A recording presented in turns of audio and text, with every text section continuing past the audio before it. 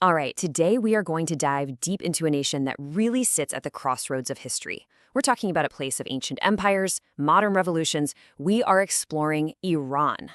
For centuries, its other name, Persia, just echoed with these incredible stories. Legendary kings, vast empires, a culture that really helped shape the world. That's the story we're starting with. But it's also the story of a really dramatic transformation, one that leads us to the nation we know today, the Islamic Republic of Iran. So you've got two names, one land, and just a truly epic history. Let's get into it. Okay, so here's our plan. We're going to start with the basics, then we'll get into the geography that really forged this nation. After that, we'll journey through its incredible history of empires, understand how the Islamic Republic came to be, take a look at its economy, and finally, think a little about what the future might hold. All right, first things first, let's get our bearings.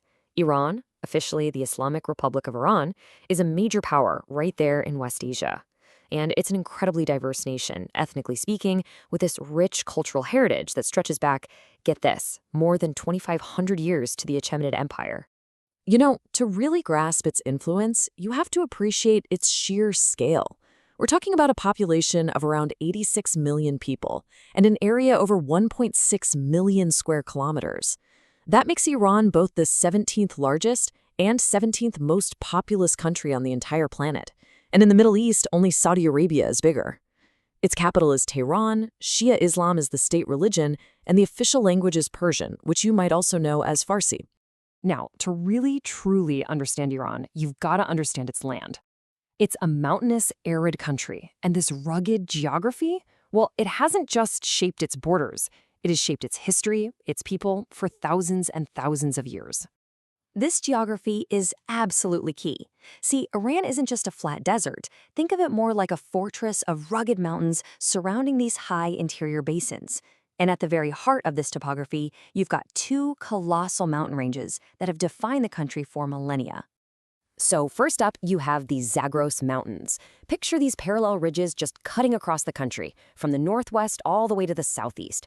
It's a pretty harsh land, mostly home to pastoral nomads. And then, running right along the Caspian Sea coast up in the north, you've got the Alborz Mountains. And just to give you a sense of the scale here, the Alborz Range has the snow-capped peak of Mount Damavand. We're talking over 5,600 meters. This isn't just a mountain. It is the highest point in all of Iran, and in fact, the entire Middle East. Right, so between these two mountain ranges, that's where you'll find the heart of the country, the Central Plateau. It's this massive area with an average elevation of about 900 meters. But the eastern part, it's covered by two huge salt deserts, the Dasht-e Kavir and the Dasht-e Lut, and they are largely uninhabited, except for a few scattered oases. Lowlands? Yeah, they're pretty rare here. You've got the marshy Khuzestan Plain down in the southwest and the long, narrow Caspian Plain up in the north. The country doesn't have any major rivers. The only one you can really navigate is the Karun. And up in the northwest, you'll find the permanent salt lake, Lake Urmia, which is so salty, no fish can live in it. So all of this really paints a picture of a land of extremes, right? And as if that weren't enough, there's another challenge. Iran is sitting right in a highly active seismic zone. Earthquakes aren't a rare thing here. They are a frequent and, tragically, an often devastating part of life. Okay, so now let's see how this dramatic landscape actually shaped one of the world's most epic histories. We are about to go on a journey through thousands of years of empires, invasions, and dynasties, all the things that forged the Iran we see today. The story of civilization here is just ancient. I mean, you had early tribes unifying the region, but the story really catches fire in 550 BCE with Cyrus the Great. He's the one who established the Achaemenid Empire, the first Persian empire, which was a superpower stretching all the way from Greece to India. After Alexander the Great conquered it, two more powerful dynasties rose up, the Parthians and then the Sasanians. And the Sasanians got locked in this centuries-long struggle with their great rival, Rome. Then, in the 7th century, everything changes. The Sasanian Empire is defeated by the Rashidun Caliphates. This Arab conquest, it was a profound turning point. It led to the rise of new, semi-independent kingdoms and just fundamentally reshaped the entire region's destiny. But what followed was this absolutely incredible period of flourishing, what we now call the Islamic Golden Age. I mean, Persian literature, science, medicine, art, Everything reached new heights. It was a true renaissance of culture and knowledge that left this lasting legacy on the entire world. But this golden age was shattered. In the 13th century, the Mongol invasion, led by Genghis Khan, was nothing short of cataclysmic. Some historians estimate, and this is hard to even imagine, that the violence was so extreme it killed up to 3/4 of the entire population on the Iranian plateau. Just a staggering level of devastation. The recovery, as you can imagine, was long and filled with more conflict, including another invasion under Timur. But out of all that turmoil, in 1501, the Safavid dynasty rose. And this was a really crucial moment. The Safavids reasserted a distinct Iranian identity after centuries of foreign rule. They paved the way for a whole series of new dynasties, the Afsharids, the Zands, and finally, the Qajars. Now, the Safavids made a decision that would define Iran's identity for centuries. They established the Shia branch of Islam as the official state religion. This was a truly pivotal moment. It set Iran on this unique path, making it the world's only officially Shia nation, which it still is to this day. So the last of these dynasties, the Qajars, they're often remembered for a century of mismanagement, frankly. But during their rule in 1908, something huge happened. Commercially viable oil deposits were discovered, and this immediately kicked off a massive power play between Britain and the Soviet Union, both of them desperately trying to get control over Iran's new wealth. And all of that brings us to the turbulent 20th century. This was a century that would see the end of thousands of years of monarchy in Iran, and, in its place, the birth of a revolutionary new political order, the Islamic Republic. So in 1925, a military officer named Reza Shah seizes power and establishes the Pahlavi dynasty. This would be Iran's last monarchy. He's the one who famously asked the world to start calling the country Iran. His son, Mohammad Reza Pahlavi, took over during World War II. But the real flashpoint, that came in the 1950s. The democratically elected prime minister, Mohammad Mossad, decided to nationalize Iran's oil. And in response, a 1953 Anglo-American coup kicked him out, which consolidated the Shah's power and set the stage for his White Revolution, a series of sweeping and very controversial westernizing reforms. But these reforms, even as they rapidly modernized the country, created a powerful backlash. One of the most vocal critics was a prominent cleric named Ayatollah Ruhollah Khamenei. He publicly condemned the Shah's policies, and for that, he was arrested and, in 1964, forced into exile. Fast forward to the 1970s, and an economic recession hits the country hard. You've got soaring inflation, high unemployment. All of this created widespread discontent. Mass protests against the Shah's rule started erupting all over the country. And eventually, feeling overwhelmed, the Shah fled Iran in January of 1979. And this was the turning point.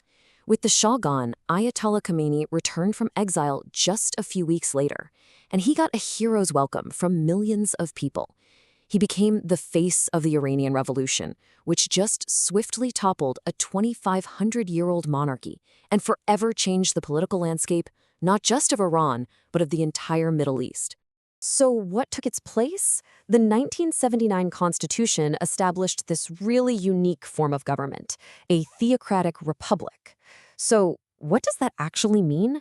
Well, think of it like a hybrid system. It blends the rule of Islamic clerics with some republican elements, like having an elected president and a parliament. This new system created a pretty unique dual power structure. On one hand, you've got the president. He's the head of government. He's elected by the people. But the ultimate authority, that rests with the supreme leader. This is an unelected cleric who's appointed for life. He controls the military, the judiciary, and has the power to overrule the president on pretty much any and all state matters. Okay, so now let's turn to the engine of this modern nation, its economy. Iran's economy is what you'd call a mixed system, but it is heavily dominated by a large state-owned sector. And at its very core, there is one commodity that rules above all others: energy. I mean, just look at these numbers. Iran holds about 10% of the entire world's proven oil reserves. That makes it the third largest on the planet. And for natural gas, it has 15% of the world's reserves, the second largest. There's no question about it. This makes Iran a global energy superpower. So after the revolution, the new constitution split the economy into three main sectors. You've got the state-owned sector, which is by far the biggest piece of the pie. Then there's a cooperative sector and a private sector. But really, government control remains dominant pretty much across the board. But the late 20th century brought some really serious challenges. For one, the population more than doubled in just 20 years. That put an immense strain on resources. At the very same time, agricultural production was steadily declining, which forced Iran to become a major food importer. All this hardship in the rural areas, well, it fueled a massive migration of people into the cities. And here's a really unique feature of Iran's economy, something called bonyads. So what are they? Well, they're these massive tax-exempt charitable trusts or religious foundations that play a huge role in the economy outside of oil. It's estimated that they control around 20% of Iran's entire GDP. That gives them enormous influence, often beyond the government's direct control. So all of that brings us to today. After this incredible journey through geography, empire, and revolution, where does Iran stand right now in the 21st century? Well, despite its often complicated relationships on the world stage, Iran is deeply integrated into the international community.